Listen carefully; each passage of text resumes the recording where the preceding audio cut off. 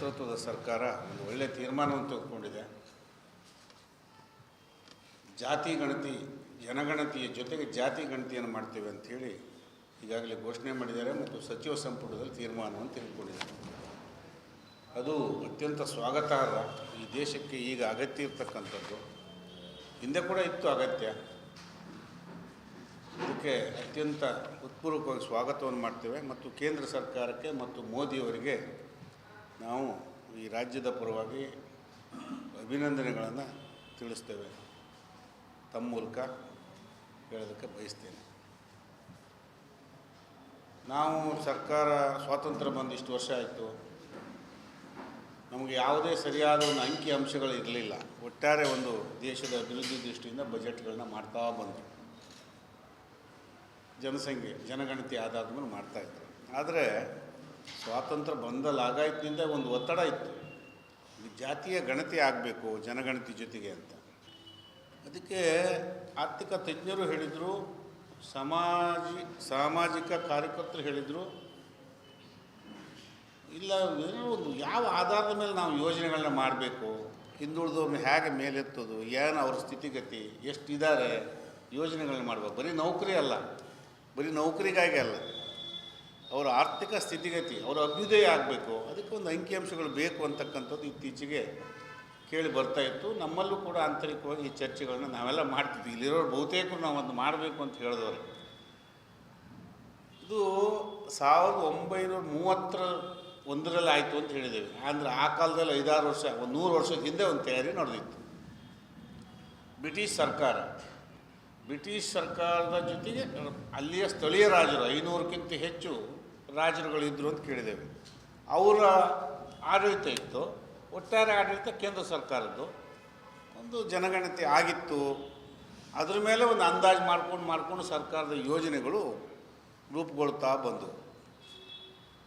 ಆದರೆ 100 ವರ್ಷದ ಹಿಂದಿನ ಅಂಕಿಅಂಶಗಳನ್ನು ಇಟ್ಕೊಂಡು ಹೇಗೆ ಮಾಡೋದು ಅನ್ನೋದೊಂದು ಚರ್ಚೆಗಳು ನಡೀತಾನೇ ಇತ್ತು. ಸಂದರ್ಭ ಬಂದಾಗಲೆಲ್ಲ ನಮ್ಮ ಹಂತದಲ್ಲಿ ನಾವು ಚಿಕ್ಕವರಾಗಿದ್ದರೂ ಕೂಡ ಅದನ್ನು ಚರ್ಚೆಯಲ್ಲಿ ಭಾಗವಹಿಸ್ತಿದ್ವಿ. ಅಂಥದ್ದೊಂದು ಚರ್ಚೆಯನ್ನು ಅರ್ಥ ಮಾಡಿಕೊಂಡು ಪೂರ್ಣಗೊಳಿಸಿ ನಮ್ಮ ಸರ್ಕಾರ, ಕೇಂದ್ರ ಸರ್ಕಾರ ಇವತ್ತು ಜಾತಿ ಗಣತಿ ಜನಗಣತಿ ಜೊತೆಗೆ ಮಾಡ್ತೇವೆ ಅಂತ ಹೇಳಿದ್ದಾರೆ.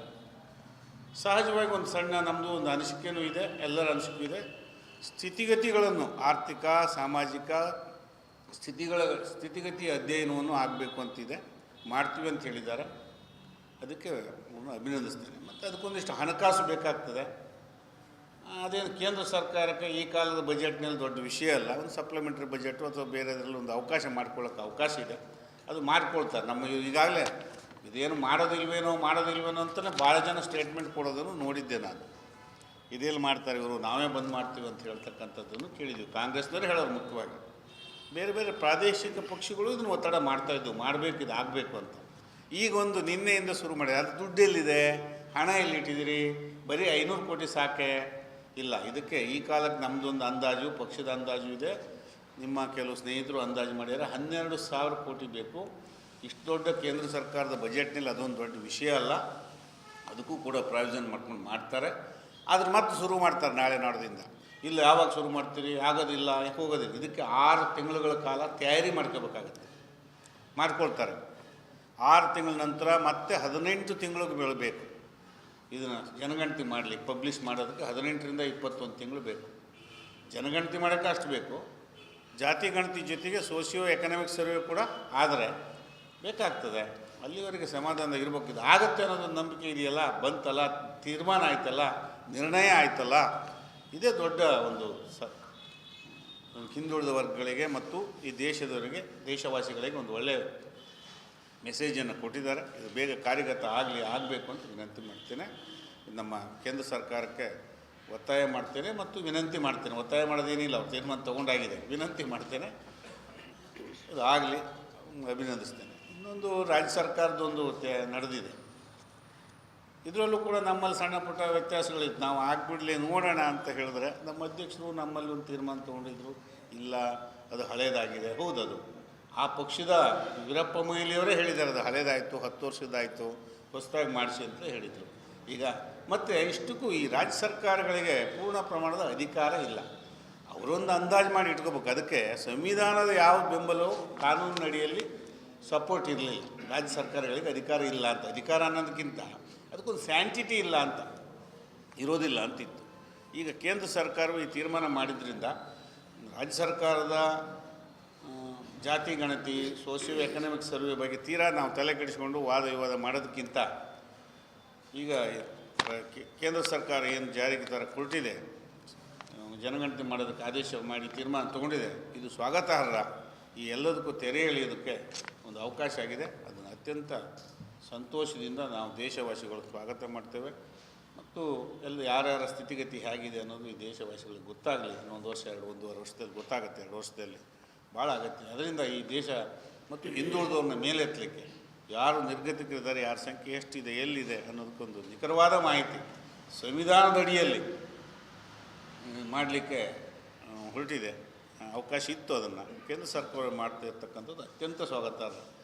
ಒಂದು ಒಳ್ಳೆಯ ಬೆಳವಣಿಗೆ. ಸ್ವತಃ ಸಿದ್ದರಾಮಯ್ಯನವರು ಇದನ್ನು ಸ್ವಾಗತ ಮಾಡಿದ್ದಾರೆ ಅಂದರೆ ತಾವೆಲ್ಲ ಅರ್ಥ ಮಾಡ್ಕೋಬೇಕು. ನೀವಲ್ಲ, ನಾವು ಅರ್ಥ ಮಾಡ್ಕೋಬೇಕು. ದೇಶವಾಸಿಗಳು ಒಳ್ಳೆಯ ಬೆಳವಣಿಗೆ. ಮತ್ತೊಮ್ಮೆ ಕೇಂದ್ರ ಸರ್ಕಾರಕ್ಕೆ ಅಭಿನಂದನೆಗಳು ಮತ್ತು ಧನ್ಯವಾದಗಳನ್ನ ಹೇಳ್ತೇವೆ.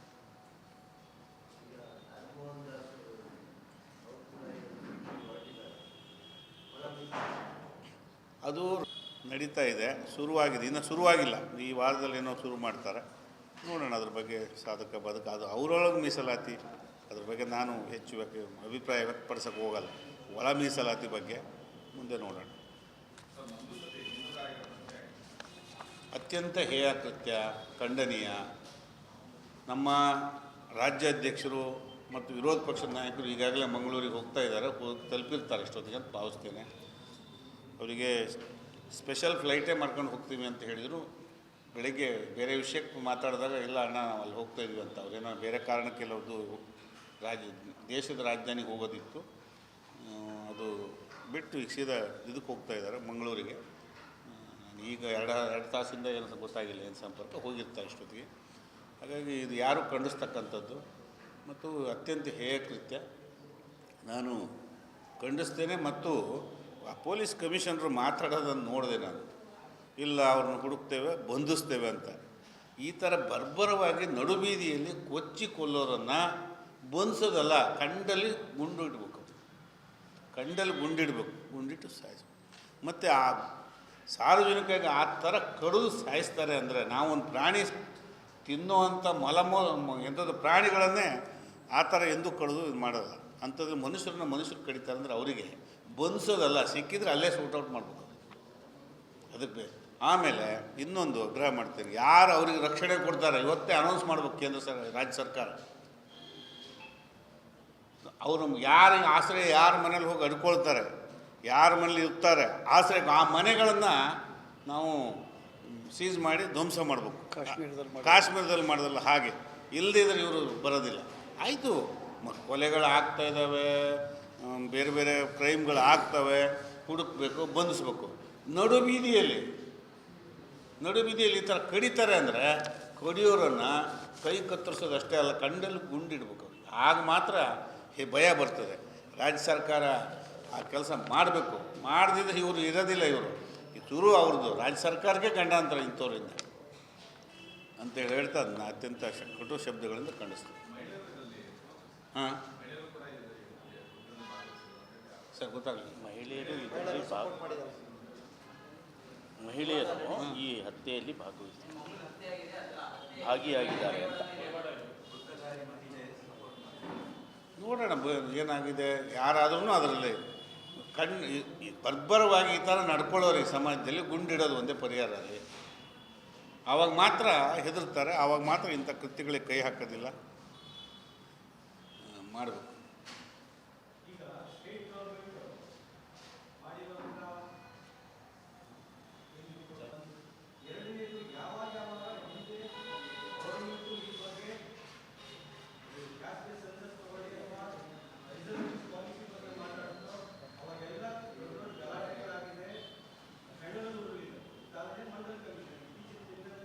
ಬೇಡ, ಇರಬಾರ್ದು, ಹೋಗಬೇಕು, ಜಾತಿ ತಪ್ಪು, ನಾವೆಲ್ಲ ಒಂದು ಎಲ್ಲ ಹೇಳೋದು ನಾವು ಹೌದು. ಆದರೂ ವಾಸ್ತವಿಕ ಜಾತಿ ಇದೆ. ಯಾರು ಕೇಳಿದ್ರು ನಾನು ಅಷ್ಟು ಜಾತಿ ಇದ್ದೀವಿ, ನಮ್ಮ ಸಂಖ್ಯೆ ಅಷ್ಟಿದೆ ಇಷ್ಟಿದೆ ಅಂತೇಳಿ ಎಲ್ಲ ಸೇರಿ 140 ಕೋಟಿ ಇದ್ದೀವಿ. ಅದ್ರಲ್ಲಿ ಲೆಕ್ಕ ಹಾಕ್ತಾ ಹೋದರೆ 240 ಕೋಟಿ ಆಗ್ಬಿಡುತ್ತೆ. ಅದಕ್ಕೆ ಯಾರು ಎಷ್ಟಿದ್ದೀವಿ ಅಂತ ಲೆಕ್ಕ ಹಾಕೋಣ, ನೋಡೋಣ, ಮುಂದೆ ಯೋಜನೆಗಳನ್ನ ಮಾಡ್ತಾ ಹೋಗೋಣ. ಈಗ ಹೇಳಿದ ಕೂಡ ಒಂದು ರಿಸರ್ವೇಷನ್ ಏನೋ ಚೇಂಜ್ ಆಗಿಬಿಡುತ್ತೆ, ಯಾರ್ದು ತಪ್ಪಿಸ್ಬಿಡ್ತಾರೆ, ಯಾರ್ದು ತೆಗೆದು ಬಿಡ್ತಾರೆ, ಯಾರಿಗೋ ಕಿತ್ತು ಯಾರಿಗೋ ಕೊಡ್ತಾರೆ ಅಂತ ಈಗಲೇ ಊಹೆ ಮಾಡೋದು ಬೇಡ. ನಾವು ಒಟ್ಟು ಏನು ಸ್ಥಿತಿಗತಿ ಇದೆ ಅಂತ ನೋಡೋಕ್ಕೆ ಮಂಡಲ ಅದು ಬೇರೆ ಸಬ್ಜೆಕ್ಟ್. ಈಗ ಅಲ್ಲಿವರೆಗೆ ಹೋಗಿಲ್ಲ, ಇನ್ನೂ ಗಣತಿಲಿದ್ದೀವಿ. ಗಣತಿ ಆಗಲಿ, ಗಣತಿ ಆಗೋದು ಸ್ವಾಗತಾರ್ಹ ವಿಷಯ. ಜಾತಿ ಗಣತಿ, ಜನಗಣತಿ ಜೊತೆ ಜಾತಿ ಗಣತಿ, ಸೋಷಿಯೋ ಎಕನಾಮಿಕ್ ಸರ್ವೆ ಕೂಡ ಆಗಲಿ ಅಂತ ವಿನಂತಿ ಮಾಡ್ತೀನಿ.